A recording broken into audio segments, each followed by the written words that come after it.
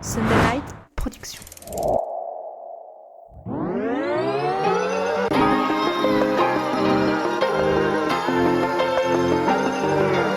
Bienvenue sur le podcast Dans la tête d'un cycliste, l'émission dédiée à tous les passionnés de vélo sous toutes ses formes. Chaque semaine, Arnaud Manzanini part à la rencontre de celles et ceux qui font le cyclisme pour nous inspirer et nous aider à nous améliorer. Bonjour à toutes et à tous, bienvenue dans le podcast Dans la tête d'un cycliste, bienvenue à tous les passionnés de cyclisme. Bonjour JP. Hola. Hola, parce que nous sommes à Gérone, effectivement, Gérone, Gironne ou Gironne, tout dépend de la prononciation. Girona. Puisque JP m'a repris tout à l'heure quand j'ai dit qu'on était à Girona, il m'a dit non, c'est Gérone. Donc nous sommes à Gérone pour justement ce festival dont on va vous parler, qui est le festival Sea Otter. Et Sea Otter, c'est bien plus qu'un festival, c'est un véritable rendez-vous annuel qui rassemble des milliers de cyclistes du monde entier pour célébrer leur passion commune. Imaginez un endroit où les cyclistes de tous les horizons se réunissent pour partager leur amour du vélo, découvrir les dernières innovations et se lancer dans des compétitions palpitantes. Bienvenue pour un nouvel épisode passionnant de notre podcast, enregistré en direct depuis l'épicentre du cyclisme, le temple de la pédale, donc Gérone, et nous sommes également dans cette place, entourée des trois côtés, par Eat Sleep Cycle, que tu connais bien, JP. Oui, tout à fait, c'est un de mes revendeurs et des amis de longue date désormais. Donc Eat Sleep Cycle, c'est un magasin ou un hub, comme ils aiment là le dire, qui regroupe un café, un magasin de location, un magasin qui vend des expériences cyclistes, un magasin de vélo, et créé par un couple de jeunes Britanniques il y a 7 ans déjà, je crois maintenant. Voilà, mais c'est le magasin de la ville et c'est un endroit où on est toujours accueilli de manière très chaleureuse. Ces Anglais ont décidément tout compris au cyclisme, que ce soit en France, mais aussi en Espagne. Alors c'est vrai, Gérone, c'est une ville pittoresque située en Catalogne, mais qui est un endroit réputé, très très réputé, un véritable sanctuaire pour tous les cyclismes du monde entier. Il y a des routes vallonnées au paysage à couper le souffle, en passant par une communauté de cyclistes passionnés. J'ai eu la chance ce matin d'aller faire un ride, puisque le festival ouvrait à midi, donc j'en ai profité pour profiter justement de ces routes, de ces pistes, et d'aller faire une 50aine de kilomètres de gravel avec Robert Gesing, qui était encore il y a quelques jours sur la Vuelta, où il a amené Sepp Kuss à la victoire. Et donc c'était vraiment un ride très très sympathique. On a pu échanger avec des personnes qui étaient bien évidemment sur ce ride, et il y a des Anglais, des Américains, des Italiens. C'est incroyable de voir que le monde entier se concentre sur cette ville. Et puis des milliers de visiteurs viennent chaque année à Gérone et ses environs. On estime, tu sais à combien on estime de visiteurs d'ailleurs sur ce festival, JP ? Alors je vais te mentir parce que non, je vais pas te mentir d'ailleurs, je ne sais pas. Pourtant hier sur un des événements auxquels j'ai été convié, on a parlé de chiffres, mais j'ai déjà tout oublié. Certainement la soirée bière pizza d'hier soir. Non, c'est très important. Il y a eu beaucoup de variations. Un de leurs métiers principaux ici, c'est de vendre de l'expérience cyclisme, des tours comme ils disent. Ça a beaucoup changé, le paysage de tout ça a beaucoup changé pendant le Covid, ça reprend, on n'est pas au niveau d'avant, mais effectivement il y a beaucoup de gens qui, alors bizarrement, viennent à Gérone et des fois repartent dans un autre endroit de l'Europe ou du monde pour aller encadrés par des gens d'ici réaliser une semaine de vélo. En tout cas le tourisme est si important que si tu te rappelles bien une discussion qu'on a eue hier soir justement pendant ce fameux dîner, les locaux nous disent que même la municipalité est presque fatiguée des événements cyclistes, ouais, et les locaux sont presque fatigués de ne pas pouvoir trouver, je sais pas, une bijouterie à la place d'un énième magasin de vélo. En fait, donc, les locaux sont fatigués parce qu'effectivement, pour ceux qui font du vélo, et vous devez écouter forcément le podcast qui s'appelle Dans la tête d'un cycliste, le cycliste a la particularité, quand il se déplace avec ses chaussures, de faire un peu de bruit, le fameux clac, clac, clac. Et effectivement, les habitants de la ville de Gérone, les samedis matins, aimeraient bien dormir et ne pas entendre ces clac, clac, clac. Et les bruits de roue libre, nous ont-ils dit. Voilà. Exactement. Mais en tout cas, c'est vrai que qu'est-ce qui fait la réputation de cet endroit, c'est les hôtels que bike-friendly. Moi-même, encore, je suis dans un appartement, et j'ai l'interdiction, sous peine de sanction et d'amende, de monter mon vélo dans ma chambre. Mais par contre, il y a une bike room qui est totalement sécurisée avec des codes, des accès, des cartes, et je laisse mon vélo non attaché sur un porte-vélo. Et ça existe dans plusieurs endroits de la ville, les restaurants et les cafés spécialisés, magasins et ateliers. Encore ici, je suis arrivé, je me suis présenté pour faire monter des pneus René Hers sur mon vélo. Eh bien, ça a pris j'ai déposé mon vélo de suite, on m'a pas dit de revenir dans 3 semaines, comme ça peut arriver dans certains endroits en France. Et donc, tout est fait autour du cyclisme. On sent vraiment qu'il y a des infrastructures spécifiques et surtout, même si les politiques, puisqu'il y a eu un changement effectivement au niveau politique sur la ville de Gérone, eh bien, il y a des années, les politiques avaient cet objectif très clair d'aider la ville à se développer autour du vélo. Et aujourd'hui, même si effectivement, comme nous l'a dit hier ton ami, c'est une minorité. Le tourisme cycliste est une minorité, mais pourtant, cette ville est connue dans le monde entier, ce qui étonne les cyclistes du secteur. Alors, pour répondre à la question que je t'ai posée, il y a 60 000 visiteurs qui sont attendus ce week-end à Gérone, 5 000 participants aux différentes épreuves et activités, puisqu'on va vous le dire, mais le festival, c'est effectivement Sea Otter, c'est des marques, mais c'est aussi beaucoup d'activités. Et il y a 3 000 tests avec Demo Bike, c'est le nom qu'ils ont donné justement à ces tests, sur plus de 500 vélos en essai. Donc c'est incroyable parce qu'il y a 40 marques différentes, mais au total, il y a 400 marques qui sont présentes ici, réparties sur 250 stands. Oui, on a compté, c'est ça, 250 stands, c'est incroyable. Impressionnant, ouais, tout à fait. C'est énormissime, ça prend beaucoup de place, les pistes prennent beaucoup de place. Il faut imaginer qu'ils ont créé une piste de short track, une piste d'essai, et il y a des gens... Pour les enfants, oui, pour les enfants, pour les enfants, tout à fait. Et il y a des athlètes en fait du monde entier. Je sais pas si tu as vu, voilà, avec des pays même lointains. Ouais, c'est impressionnant. Voilà, des teams nationaux. C'est intéressant. Et donc on l'a pas dit, mais c'est mixte, VTT, route, gravel. Il y a un peu de tout. Voilà, il y a un petit tout peu le week-end, de tout. tout le monde se côtoie. C'est très inclusif. Il y a un petit peu de tout effectivement. Et ce que j'ai vu également, c'est que ce festival Sea Otter a, je sais pas si on peut dire a fusionné, mais il y a aussi cette Euromobility Festival, donc c'est une des ailes que l'on a visitées il y a quelques minutes, où là c'est uniquement concentré sur la mobilité urbaine. Donc en fait j'allais pas dire un festival qui vient fusionner avec le Sea Otter Festival, mais il y a vraiment une partie qui s'appelle le Euromobility Festival, où cette aile est dédiée à la mobilité urbaine. On a pu le voir avec des superbes vélos. Oui, je te le disais, c'est assez... je pense que c'est une vraie tendance. Alors, les mobilités, c'est toujours beaucoup de vélos électriques, aussi on le voit. Il y a un peu de cargo, il y a beaucoup moins... Alors, on s'est fait la réflexion aujourd'hui, quand on va sur un salon ou un événement de vélo en France, on a peut-être pas une majorité, mais une grosse part qui est dédiée à cette mobilité urbaine, et c'est très axé sur le cargo, le transport, etc. Ici, ça reste sport avant transport. C'est-à-dire qu'on a vu quelques cargos, mais on a vu quoi, je sais pas, 20 cargos peut-être sur des centaines, voire des milliers de vélos. Néanmoins, il y a cette partie qui est présente, et je te disais en aparté que l'année dernière, j'étais au salon de la moto de Lyon, et que c'était très drôle parce qu'il y avait quasiment un bâtiment qui était dédié à la mobilité. En fait, la mobilité, c'était du vélo avant tout. Et donc... de plus en plus, notre vélo, le sport est en train de passer peut-être à l'état de transport. En tout cas, il y a de la fusion, il y a du mélange des genres. Pour le meilleur ou pour le pire, on ne sait pas encore, mais en tout cas, très clairement, les mondes se touchent. Et puis, on voit bien les marques de moto et les marques de voitures qui font des vélos aussi. Donc, voilà. Effectivement, on a même vu BMW, un modèle où tu es resté 10 minutes, un quart d'heure autour. Parle-nous de ce vélo BMW. C'est exceptionnel. D'ailleurs, on ne va pas vous parler beaucoup d'innovation parce qu'on n'en a pas vu beaucoup, mais on a vu quelque chose de très intéressant. Donc, dans un des seuls bâtiments, parce que le festival, là, c'est principalement outdoor. Tout est à l'extérieur. On profite de la météo de Gérone, qui est bonne quasiment toute l'année, en tout cas qui est bonne aujourd'hui. Et dans un des bâtiments, il y a deux frangins un peu passionnés qui ont une collection d'à peu près une centaine de VTT vintage, et là qui en exposaient, je sais pas, peut-être une petite trentaine, quarantaine, maximum, ouais.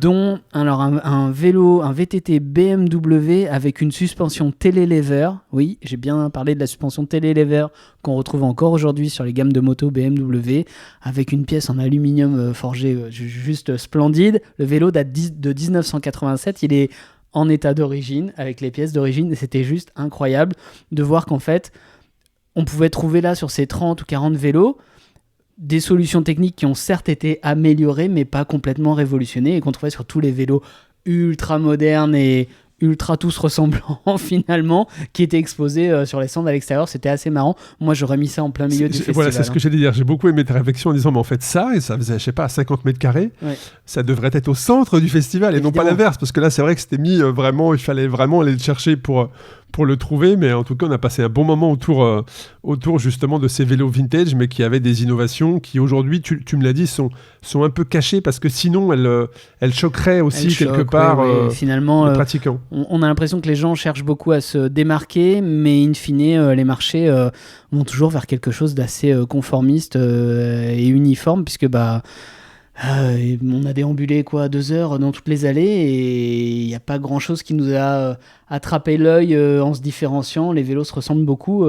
C'est vrai à la fois pour les VTT, à la fois pour les VTT électriques. On a vu beaucoup d'électriques, beaucoup d'électriques sur le VTT en tout cas. Les gravels et les vélos de route, ils se ressemblent tous. Voilà. Oui, c'est vrai. C'est vrai. Moi, ce qui m'a surpris toujours dans cet Euro Mobility Festival, donc c'est elle dédiée à la mobilité urbaine, c'est que j'ai vu beaucoup de petits vélos pliants.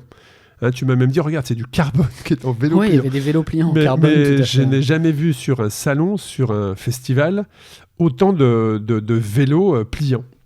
Oui, alors vélo pliant et mini-vélo. Mais je pense que c'est quelque chose qui nous vient beaucoup du...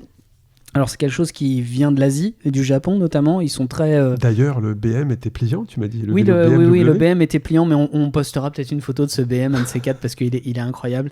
Oui, pour revenir, le mini-vélo ou les vélos avec des roues de 20 pouces qui soient pliants, non, c'est quelque chose qui est très culturel au Japon. Et c'est passé beaucoup aux États-Unis aussi, où maintenant il y a même des marques qui développent des vélos d'aventure en roue de 20 pouces. Et en fait, on en retrouve là dans ces volets de mobilité. C'est aussi une solution par rapport au vol. Tu sais, les gens, on connaît bien, nous en Europe, on a le Brompton qui a un succès commercial absolument incroyable, mais qui est d'ailleurs un produit qui est fait avec beaucoup de pertinence technique, de beaucoup de ténacité. Un produit comme j'aime, qui ne change pas et qui dure dans le temps, qu'on affine, mais qu'on ne remet pas en cause complètement. Et en fait, il y avait beaucoup de vélos comme ça, c'est incroyable. Ouais. Moi, j'ai vraiment été surpris par ça. Et puis, si on revient sur le festival Sea Otter dans son ensemble, d'où est-ce que vient ce festival ? Parce que là, il est présent à Gironde depuis plusieurs années, mais c'est un événement majeur dans le monde du cyclisme et des sports de plein air qui se déroule chaque année aux États-Unis. C'est des US que vient le festival en Europe, à Monterey, en Californie. Ce festival rassemble des amateurs, des professionnels, des athlètes, des fabricants de vélos, des exposants de matériel plein air généralement, des équipes également qui viennent parfois se challenger et des spectateurs passionnés. Alors qu'est-ce qui se passe dans ce festival Sea Otter ? Eh bien c'est généralement, il y a 4 piliers, donc la course et la compétition, les expositions et les démonstrations, les activités des spectacles et les rencontres et le réseautage. Parce que ça c'est très très important. On est aussi venu avec JP pour une partie de ce qu'on peut appeler du réseautage, de prendre des contacts, de rencontrer des gens, et je peux vous dire que le ride que j'ai participé ce matin avec Robert Gessing, qui est la figure emblématique, qui est un des associés fondateurs de hors catégorie du café vélo restaurant hors catégorie à Gironde, je peux vous dire qu'il y avait des gens qui aimaient le vélo, mais les gens étaient là pour justement avoir des rendez-vous. En tout cas, les gens avaient des rendez-vous professionnels autour du salon. Donc, les gens viennent sur Sea Otter pour rencontrer d'autres professionnels. Donc, c'est un mélange de on se fait plaisir, mais en même temps, on bosse, parce que les gens que j'ai rencontrés, voilà, il y avait du haut niveau, justement au niveau professionnel et avec un gros impact sur le cyclisme en Europe. Oui, c'est très international. Tu parlais de l'origine du Sea Otter Europe, qui est le Sea Otter USA. Moi je noterais, puisque après l'introduction qu'on a faite, qu'il y a une différence quand même importante, c'est que le Sea Otter aux USA, c'est l'occasion pour toutes les marques américaines ou toutes les grosses marques étrangères mais qui ont des marchés importants aux États-Unis de présenter des nouvelles choses. Et nous, on n'a pas vu beaucoup de nouvelles choses, clairement. Donc ici, on a raté ça. Il y a eu un festival il n'y a pas très longtemps aux USA qui n'était pas le Sea Otter US, mais qui était le Made, qui est un show beaucoup dédié aux artisans, mais pas que, où il y a eu des nouvelles choses, pas trop nouvelles, mais avec des annonces et des effets de nouveauté. Ici, on n'a pas eu ça. On va en rediscuter des impressions qu'on a eues, toi et moi, en déambulant dans ces allées. C'est un peu à l'image du marché aujourd'hui, de toute façon en Europe, très clairement, je pense. Les marques ne sont pas en train de penser à l'innovation, elles sont en train de penser à comment elles vont traverser ce qu'on peut appeler une crise en ce moment, très clairement, dans notre industrie. Mais c'était une grande différence, et je crois que d'ailleurs... moi, j'avais regardé d'un peu plus loin les éditions d'avant. C'est la première fois que je viens ici. Et je suis content de t'avoir traîné avec moi, d'ailleurs. Mais en l'occurrence, avant aussi, c'est pas la même opportunité. Alors peut-être que c'est cette culture américaine de dire que quand on va à un show, il faut présenter quelque chose, etc. Ici, on l'a pas. Oui, parce qu'on appelle ça un show. C'est pour ça que je voulais reprendre ce mot. Mais c'est vrai que quand on échange avec les gens sur ce festival, ils appellent ça un show. Alors, les Américains savent très, très bien faire le show. Là, c'est vrai que, en tout cas, peut-être que ça arrivera ce soir, demain, mais là, on n'était pas vraiment dans le show, hein, tout à fait. Non, après, on a été impressionnés, et toi et moi, par l'étendue. Ah, par contre, c'est le immense. nombre de stands, le nombre de personnes, etc. Alors, on y allait, on a fait nos Français, hein, c'est-à-dire qu'on y allait, entre 12 et 14, c'est-à-dire l'heure à laquelle l'heure à laquelle, ici, ils mangent entre 14 et 16, hein, c'est la pause médiane, c'est ça. Donc, en fait, on s'est redéplacé, on est revenu dans le centre-ville pour se poser, pour enregistrer, à l'heure où peut-être ça démarrait vraiment. En tout cas, l'étendue, l'organisation, ici, c'est quand même toujours... Enfin, c'est assez impressionnant. Non, c'est impressionnant. On s'est fait la remarque. Est-ce que c'est plus gros, plus petit que le Rock d'Azur? Bon, très clairement, moi, j'ai eu l'occasion de descendre au Rock d'Azur. C'est beaucoup plus étendu. Il y a beaucoup plus de marques.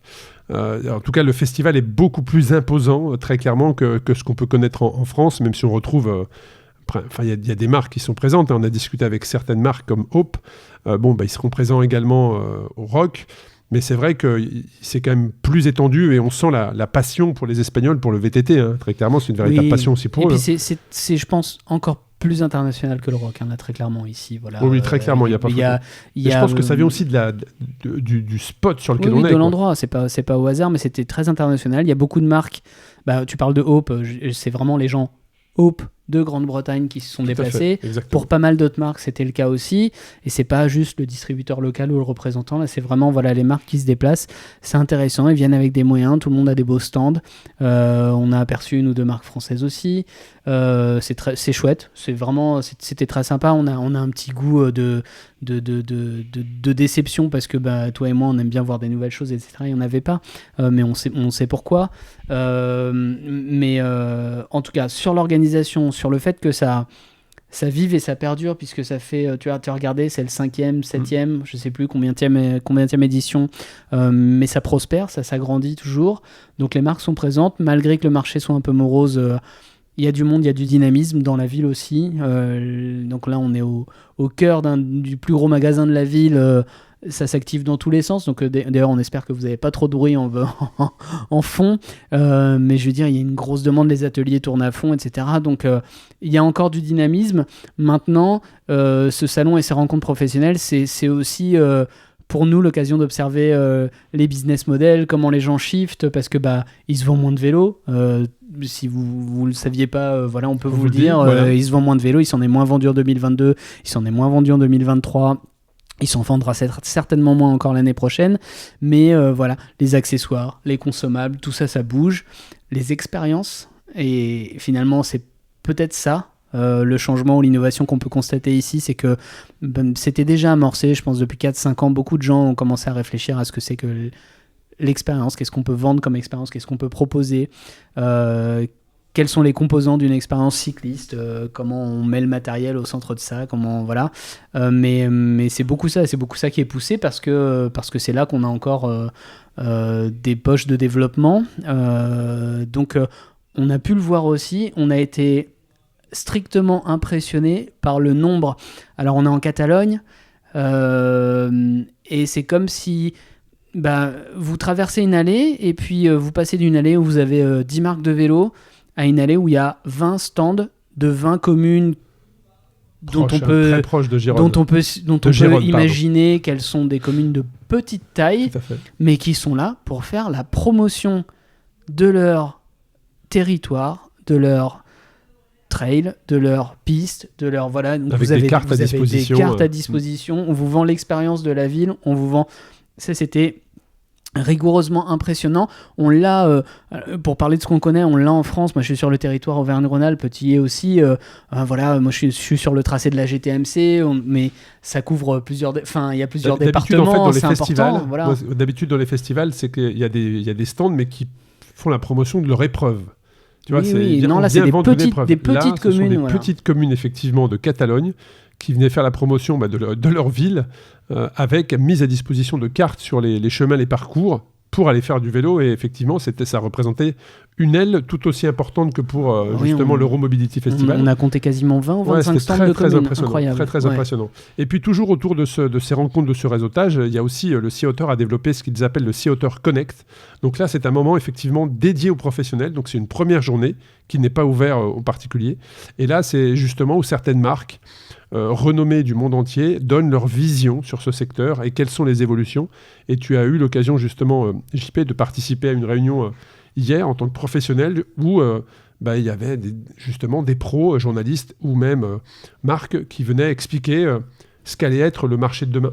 Oui, alors en l'occurrence, c'était Lee et Louise qui sont le couple fondateur de Eat Sleep Cycle qui, en réaction à un article d'un journaliste anglais, Simon, sur une thématique qui était « Is retail enough ?» Donc, est-ce que le revendeur classique, est-ce que le commerce de proximité comme on le connaît est suffisant ?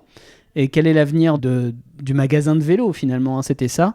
Et donc ils ont créé une table ronde à laquelle je participais hier soir sur cette thématique. Donc ils ont expliqué comment eux, ils ont développé un multicanal dans ce qu'ils appellent leur hub, c'est-à-dire comment ils vendent à la fois des vélos qui n'étaient pas leur métier d'origine, ils vendaient des voyages avant.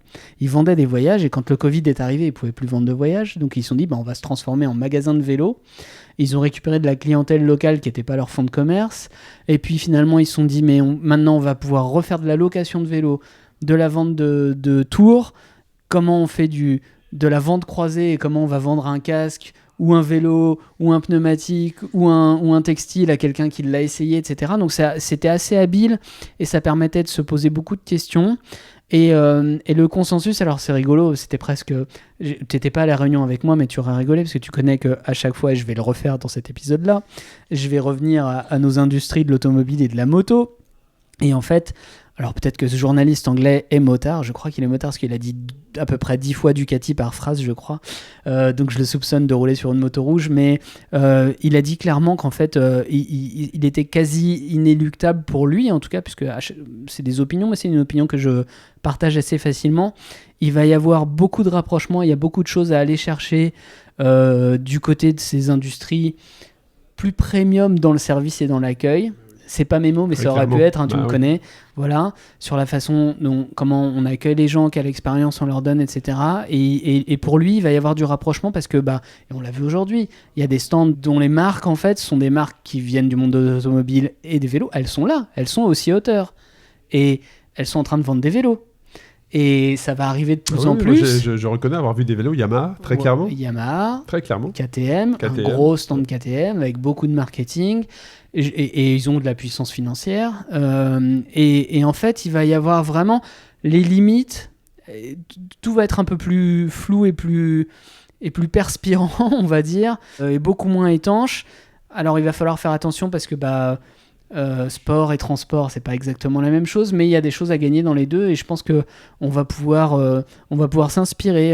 Peut-être que demain, enfin, les magasins de vélo vont pouvoir opter pour des tarifs de mécanique qui sont des tarifs de mécanique, de gens qualifiés qui interviennent sur un produit sur lequel tu peux risquer ta vie quand c'est pas bien entretenu. Enfin voilà, il y a beaucoup de choses comme ça. Mais voilà, les thématiques abordées hier soir, c'était le multicanal, le multi-expérience, le service, la communauté, l'inclusivité. Voilà. On sait bien que dans le vélo, il y a des chapelles, il y a des familles. Très clairement. Voilà. Ici en Espagne, c'est beaucoup moins vrai. En tout cas, à Gérone, parce qu'on va dire que Gérone, c'est pas tout le territoire espagnol non plus. C'est quand même quelque chose d'un petit peu particulier. Mais en tout cas, ils sont très forts sur l'inclusivité. Il n'y a aucune sortie. Je veux dire, là, le vélo que j'ai aujourd'hui, c'est un flat bar. Je serais venu à la sortie ce matin avec toi. J'ai travaillé, personne ne m'aurait rien demandé. Ouais, tu venais avec un VTT à 10 balles récupéré sur le Bon Coin, personne ne t'aura interdit de rouler. Personne te dira, t'as des pédales plates, voilà, rien. Non, c'est vrai que ce matin, dans le groupe, on était au départ, je dirais 35-40. Et puis en France, on est tout de suite, quand tu vois arriver effectivement, comme tu viens de le dire, une personne en pédale plate, ceux qui organisent le ride tout de suite se regardent en disant, oh mince, il va nous ralentir, alors qu'est-ce qu'on fait ? Est-ce qu'on fait des sous-groupes ? Est-ce qu'on fait des groupes ? Là, en fait, moi j'ai participé au ride et en fait, tout s'est fait naturellement. C'est-à-dire que le ride est parti, on était 35-40, et puis dès la première ascension, on s'est retrouvé à 20, mais le groupe de derrière s'est constitué, et puis à la fin, on s'est tous retrouvés autour d'un café. Donc il y a vraiment cette communauté et cette envie de partager un moment ensemble, sans tout de suite faire des codes couleurs de groupe pour faire partir les rides. Là, c'est tout le monde part ensemble, et puis après, naturellement, les choses se font au long du parcours. Oui, et pourtant, c'est très drôle cette inclusivité assez naturelle, mais volontaire aussi, vraiment, c'est-à-dire que c'est leur préoccupation ici. Elle cohabite avec une ville où tu peux pas faire 30 mètres sans trouver un vélo à plus de 10 000 euros. Mais, oui, ça, On est d'accord. Il y a des vélos partout. Partout, mais des vélos haut de gamme. Des beaux vélos. Voilà. Des très très beaux Des vélos haut de gamme. Donc c'est assez curieux. C'est intéressant, il faut du temps pour digérer tout ça. Moi, ça fait quelques années que je viens ici et que je pratique sur le territoire. C'est toujours assez instructif. Ça ne veut pas dire que c'est forcément comme ça que ça va se passer partout, mais il y a des choses à retenir. C'était très intéressant ces échanges sur le commerce de demain. On s'est posé beaucoup la question, et tu sais qu'on en a déjà parlé, sur cette vision que moi je peux avoir. À un moment, est-ce que les marques vont pas vouloir atteindre le consommateur en direct, parce qu'ils sont bons sur la fabrication, la négociation des prix, la logistique? Est-ce que les magasins ne vont pas devenir ou ne devraient pas devenir, je vais un peu loin peut-être, mais des centres de service qu'on retrouve. Avant, on avait cette réputation de service en France je suis désolé, on l'a perdu très clairement, mais voilà, où on accueille les gens, ils ont acheté leur vélo, on n'a pas eu à stocker, mais on va faire la mise en route, on va avoir une marge peut-être moindre sur le papier, mais peut-être plus grande parce que on n'a pas des coûts de crédit, on n'a pas des coûts de stockage, etc. En tout cas, il y a une frange du business qui va certainement aller vers ça. On le voit, les marques y pensent, elles sont là, elles sont présentes, elles renforcent les activations via des clients finaux. Ouais, très clairement. Moi, je regarde aussi ce qui se passe dans le trail, et notamment, j'étais présent à l'UTMB. Il y a des marques qui n'étaient pas partenaires de l'UTMB, mais qui ont fait des activations incroyables. Je pense à Nike notamment, c'était bluffant, les moyens qui ont été mis à disposition pour que l'expérience de leurs consommateurs ou des personnes qui étaient invitées soit extraordinaire. C'était juste incroyable. Mais c'est vrai que tu vois, on a discuté. Et la personne que tu m'as présentée hier, qui venait du Canada, dont j'ai oublié le nom, mais je vous invite à aller... Peter Gaskill. Peter Gaskill, homme extraordinaire, qui nous explique... Enfin, nous, on lui donnait notre vision de cyclistes français, de passionnés français, où pour nous, Gironne était le spot où tous les Français veulent venir. Alors, il a été vraiment, vraiment surpris parce qu'il vit à Gironne depuis 7-8 ans. Et pour lui, il nous a dit, mais moi, c'est le Ventoux, moi, c'est Nice. Mais c'est vrai que... Mais peut-être que nous, en France, on ne se déplace plus sur ces spots-là pour justement cette notion d'accueil client, de service. Et on sait que les Français, on n'a pas cette réputation-là, en tout cas. Plus on l'a eu, mais il y a longtemps. Cette réputation-là d'avoir ce full customer service mis au centre de la relation, très clairement. Oui, ici l'accueil, l'hospitalité, c'est ce mot-là qu'il faut qu'on utilise. L'hospitalité. Et puis, donc, il y a ces rencontres et ce réseautage dont on vient de parler, qui est juste extraordinaire. Il faut presque même venir, quand on est professionnel, sur le salon pour cela. Bien évidemment, se faire plaisir aussi avec son vélo, c'est très clairement, mais il y a aussi quelque chose, et je pense que c'est probablement ce qui fait la différence, et tu es entièrement d'accord avec moi, JP, je le sais, parce que tu me l'as dit tout à l'heure, c'est les expositions, les démonstrations. Donc il y a plus de 500 vélos qui sont mis à disposition pour faire des tests, et si vous allez sur le site SeaOtter, mais c'est d'une simplicité pour réserver son test de manière, une expérience digitale pour le consommateur. On parle aussi de service client, mais ça passe aujourd'hui par l'expérience digitale. Et donc, c'est incroyable, les moyens qui sont mis en action pour essayer le vélo. Oui, alors non seulement il y a des flottes importantes, mais il y a un backup, c'est-à-dire il n'y a pas un stand où il y a... On a vu, on ne va pas citer toutes les marques, elles sont nombreuses, mais chaque marque a genre 20, 30 vélos et 4 mécanos. Ah oui, non, c'est... Donc les vélos, non seulement ils vont être utilisés... C'est le plus grand démo bike du secteur. Voilà. C'est vraiment ici où tout à fait. on et peut les faire pistes, il y a des pistes à dispo, idem pour les enfants, tu l'as dit. Moi, j'ai vu un enfant, effectivement, c'était incroyable. Il y a une piste de short track assez incroyable, voilà, donc il va y avoir des compétitions là-dessus, mais c'est une vraie cohabitation entre de la compète, et on le sait ici, on était là pour la Traca il y a quelques mois, toi et moi aussi. C'est de la compétition de haut niveau, voilà, il y a des athlètes vraiment performants qui sont là, et ça cohabite avec monsieur tout le monde qui va essayer son prochain vélo, ou voilà, et donc on va pas te demander si tu vas l'acheter, on va pas te faire un interrogatoire, savoir si tu as les moyens, si ton projet est pour tout de suite ou pas, tu viens, t'essayes, et tu participes à l'événement. C'est très très accessible, c'est très bien fait, le salon est gratuit, on l'a pas dit, le salon est gratuit. Totalement. Alors c'est gratuit, il récupère vos données évidemment, votre email, etc., mais l'accès est gratuit, voilà. Non, c'est assez impressionnant, c'est un facteur clé du succès du SeaOtter Europe. Les marques accordent une très très grande importance à la possibilité de présenter leur vélo aux utilisateurs et aux acheteurs potentiels, parce qu'il n'y a rien de mieux qu'essayer un vélo quand on se pose beaucoup de questions. Aujourd'hui, avec le digital, il y a beaucoup de marques, en tout cas, il y a pas mal de marques qui sont présentes uniquement sur le digital. Là, de pouvoir essayer, tester, c'est un véritable succès. Plus de 40 marques, 500 vélos sont à disposition pendant 3 jours. Bon voilà, très clairement, c'est une des clés de la réussite. C'est vrai pour les vélos, et puis c'est vrai pour tous les accessoires. Il y a énormément de fabricants de roues, de groupes. Il y a on a vu les 3 plus grands fabricants de groupes. Ils sont tous là avec un stand où tu peux toucher le matériel, où tu peux absolument avoir tous les renseignements dont tu as besoin et voir les produits, toucher les produits. Tout est accessible. Il n'y a rien qui est derrière une vitrine ou derrière une rubalise. On peut tout accéder. Alors moi, tu m'as fait découvrir j'ai plus le nom de la marque, mais le vélo en magnésium.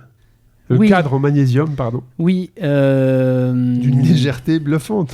Oui, alors la marque va pas me revenir, évidemment. Mais voilà, c'est une marque que j'ai découvert à l'Euroba qui a déjà 4-5 ans, qui font des cadres en magnésium. Alors c'est toujours un peu la même chose. Il y a un gros placard derrière avec tous les avantages du magnésium ou alors la rigidité qui est tendre. Ça m'a fait penser aux présentations Apple, dont je suis fan, je reconnais. Mais c'est 25% plus rapide, c'était moins quali, 45% plus léger. Alors c'était des faits. C'était que des chiffres qui allaient dans moins 25, moins 30. Oui, tout à fait. Mieux que, pas forcément le concurrent, mais 25% plus léger que le titane. Mais je pense que c'est assez impressionnant. C'est un marketing daté me concernant, vraiment. Je trouve en plus, typiquement, tu vois, là je pense qu'il y a un truc qui va pas, c'est que cette marque avec alors l'idée pour moi est pas de dire si c'est bien ou si c'est pas bien, chacun se fait son avis évidemment, mais ce que je trouve dommage, c'est que cette marque là avait ce gros placard qui faisait 2x2. Ah oui, clairement. Mais il n'y avait pas de vélo test. Et donc en fait, le problème c'est que moi je les connais, ces vélos, je suis monté dessus. Il y avait 2 cadres effectivement, et mais tu pouvais pas tester. Et il y a tout ce placard de fait. D'accord, on peut me dire que c'est plus léger que le machin, etc. Mais c'est toujours pareil, hein, l'aluminium c'est aussi plus léger que l'acier, mais t'en mets plus. Donc voilà, parce que c'est moins rigide. Donc il y avait toutes ces choses-là qui étaient dites, mais par contre tu pouvais pas te rendre compte finalement en quoi ça se traduisait quand tu roules avec le vélo, parce qu'encore une fois, je suis un aficionado de la technique, j'aime bien la science, etc. Mais la science, c'est intéressant quand ça se transforme en expérience, quelque chose de sensible pour le consommateur final. Bon, mais c'était, voilà, effectivement, je t'ai montré ces vélos-là. La marque vient pas de me revenir, mais de toute façon, si vous cherchez vélo en magnésium, c'est à peu près les seuls à faire ça. En dehors de ça, on n'a pas vu grand-chose de nouveau. Très clairement, on voit que les marques sont plutôt dans justement essayer de mettre le produit dans les mains des consommateurs pour essayer de restimuler un petit peu les ventes. On n'a pas vu de produit incroyable. Alors toi, tu as découvert Classified aujourd'hui que tu ne connaissais pas. Voilà, bon, ça fait déjà quelques années que ça existe. Pour ceux qui ne connaissent pas, c'est en fait un système qui permet de se passer de double plateau à l'avant. Donc on revient sur un mono. En fait, voilà, j'explique l'histoire. C'est qu'on avait un vélo Cervélo, magnifique, d'une couleur magnifique. Et j'ai vu ce vélo de route, c'était un vélo de route, assez très aéro même, avec un plateau. Et là, je dis à JP, regarde, c'est les Jumbo, ils mettent un seul plateau maintenant. Et il m'a dit, mais Arnaud, tu connais pas Classified ? Quoi ? Et voilà, on est parti dans cette discussion. Et donc il y a un deuxième rapport en fait dans le moyeu. C'est commandé par un interrupteur sans fil.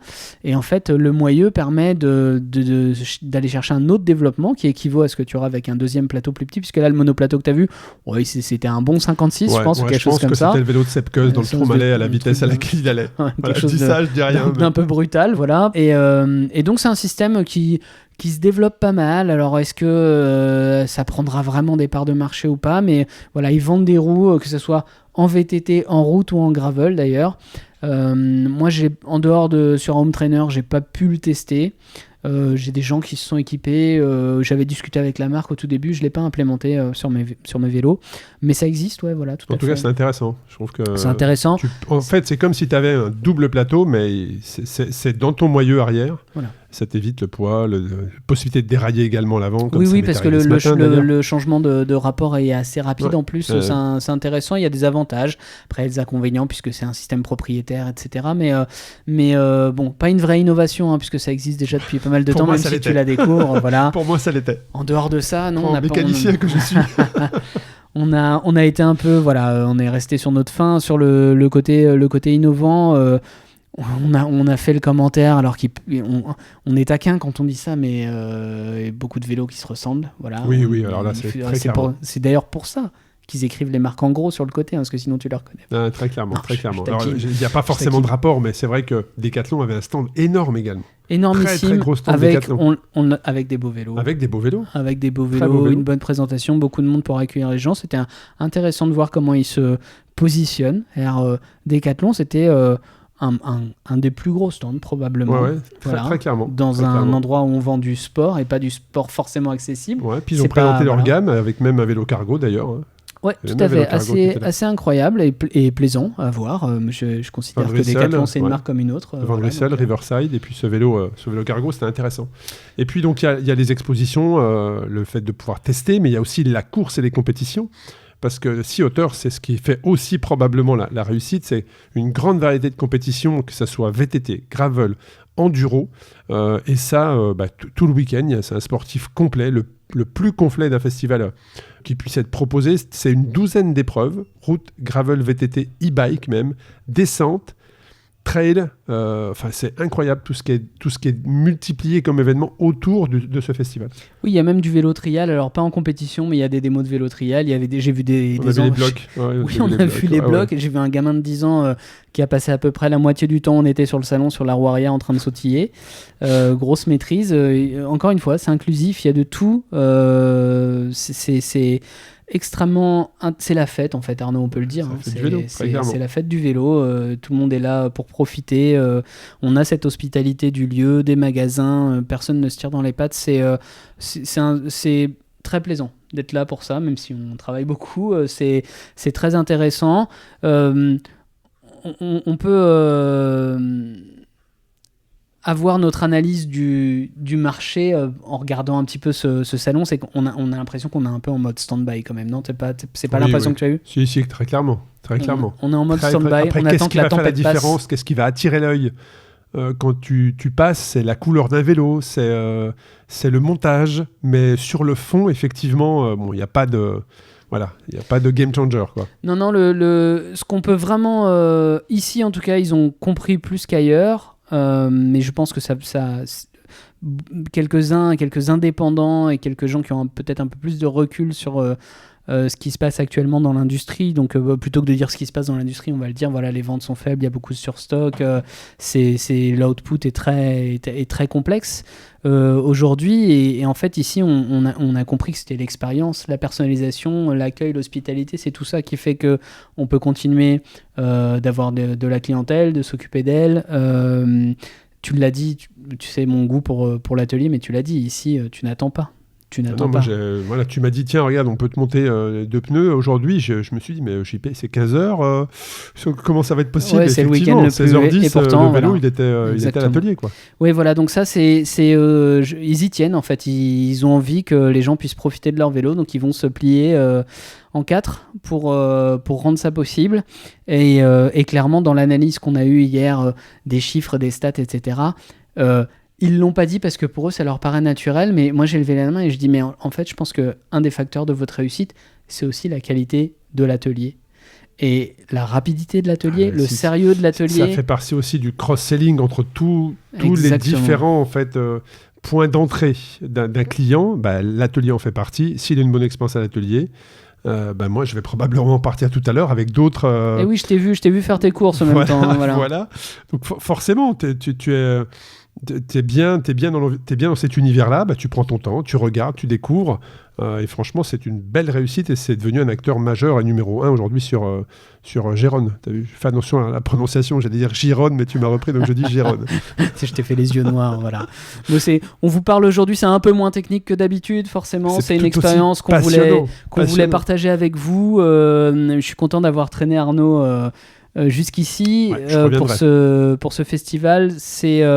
On vous encourage à venir d'ailleurs, puisque ça se répète tous les ans. Ouais, et puis il y a aussi le 4e pilier, c'est l'activité et les spectacles. C'est-à-dire qu'il y a tout ce qu'on vous a dit précédemment, mais il y a aussi les spectacles en plus des compétitions, et ça, c'est ce que organisent justement les dirigeants du Sea Otter, c'est-à-dire pour animer également la ville, il y a des activités, des spectacles pour divertir les visiteurs, mais aussi les habitants de la ville. Il y a des cascades à vélo, des ateliers techniques, des séminaires et plus encore. Donc c'est vraiment Je trouve qu'il y a le festival. Tu viens parce que, comme tu t'attends sur ceux que l'on voit en France, que ce soit le Rock ou les Pro-Days, voilà, tu viens pour voir des vélos, mais il n'y a pas que ça. C'est-à-dire qu'ils ont mis des courses autour, ils ont mis des essais, il y a des activités, des spectacles, et ça fait que ce festival est une vraie réussite. Mais c'est d'ailleurs, tout ça, on va dire que ce festival, ça vient des US. Et donc tu sens qu'il y a cette fibre de vouloir faire vivre aux consommateurs un bon moment. Oui, complètement. Et avec... c'est un bon mix de la culture américaine et de cette hospitalité ibérique, finalement, qu'on retrouve ici. Voilà, on vous encourage tous à venir dans le coin parce que vous aurez une bonne expérience cycliste. C'est assez accessible pour tout la moitié nord de la France, on va dire. Hein. Toi, tu as roulé depuis Lyon, moi depuis Clermont-Ferrand, on a mis 5 heures. Ouais, voilà. 5 heures de Lyon, ouais. C'est des coins super pour faire que ce soit du VTT, du gravel ou de la route. Il y a tout. Vous n'êtes pas obligé de venir avec votre vélo parce que figurez-vous qu'il y a pléthore de vélos à louer et de très beaux vélos. Beaux vélos.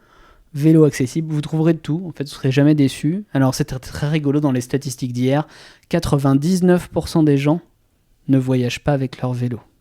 Ceux qui ont un vélo pas cher... c'est tous les Français, c'est ça ? Attends, écoute-moi, ils ont dit clairement, les gens qui ont un vélo pas cher, ils veulent pas l'emmener parce qu'ils préfèrent rouler sur un vélo mieux que le leur quand ils voyagent, et les gens qui ont un vélo cher, ils veulent pas voyager pour pas l'abîmer. Ouais.